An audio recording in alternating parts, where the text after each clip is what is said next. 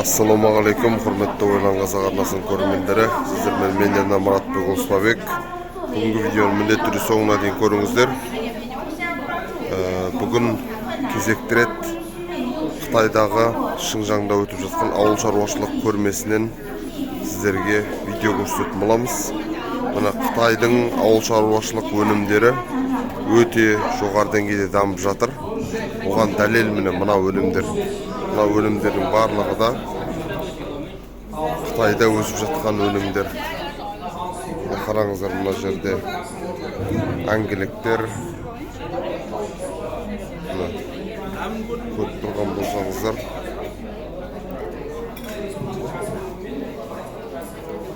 Мына жерде брокколи бар екен. Мына жақта ананас. Мына жерде қияр. Көріп тұрсыздар ғой. Мынау міне болгар бұрышы. Мына жақта қызанақ. Мына жақта баклажан. Өзіңіз көріп тұрғандарыңыздай Қытайда ауыл шаруашылық өнімдерін өндіру өте жоғары деңгейде дамып жатыр. Әсіресе Шыңжаң аймағында. Мына жақта, мынау шамасы қателеспесем,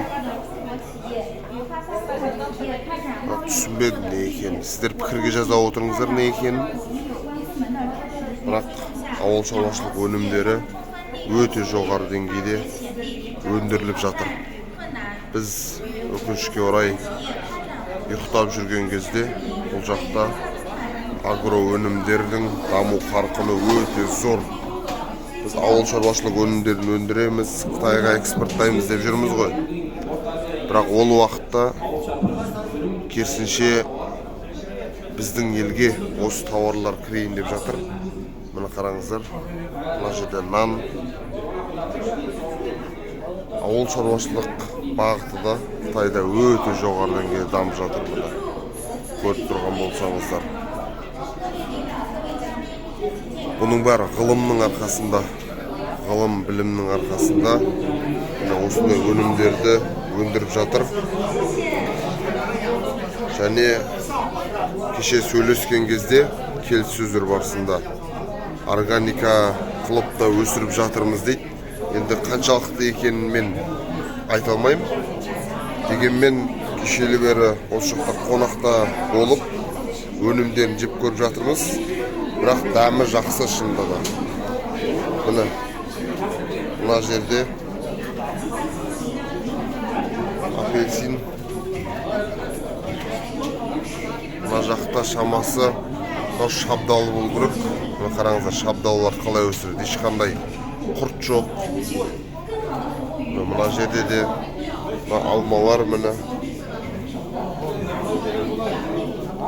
Мына жерде шамасы мынау. Пікірге жаза отырыңыздар, мен барлық жемістерін тани алмай жатырмын.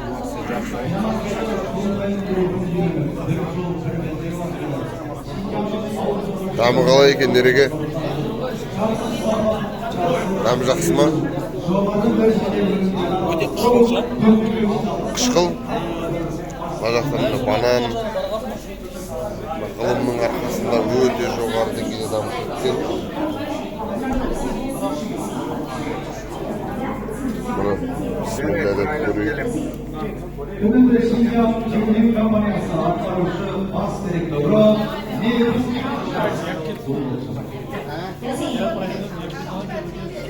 Дәмі өте жақсы. Жүзімдерінің дәмін көрейік.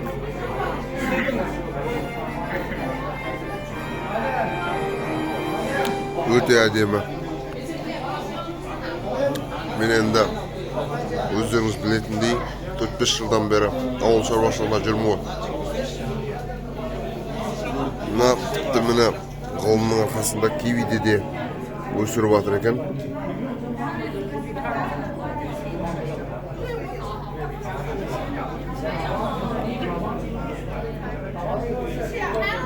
Өте жақсы дәмі.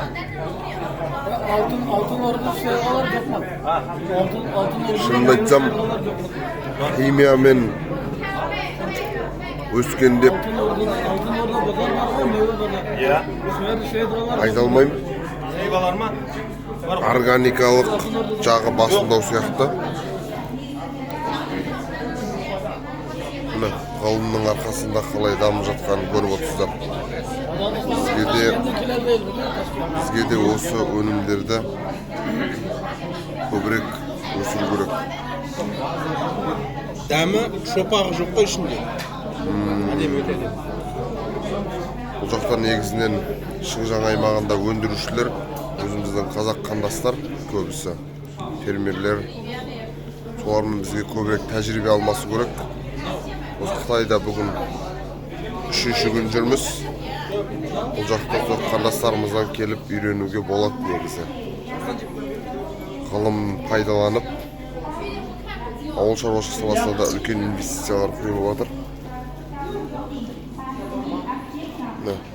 Мына жерде де қойып қойған.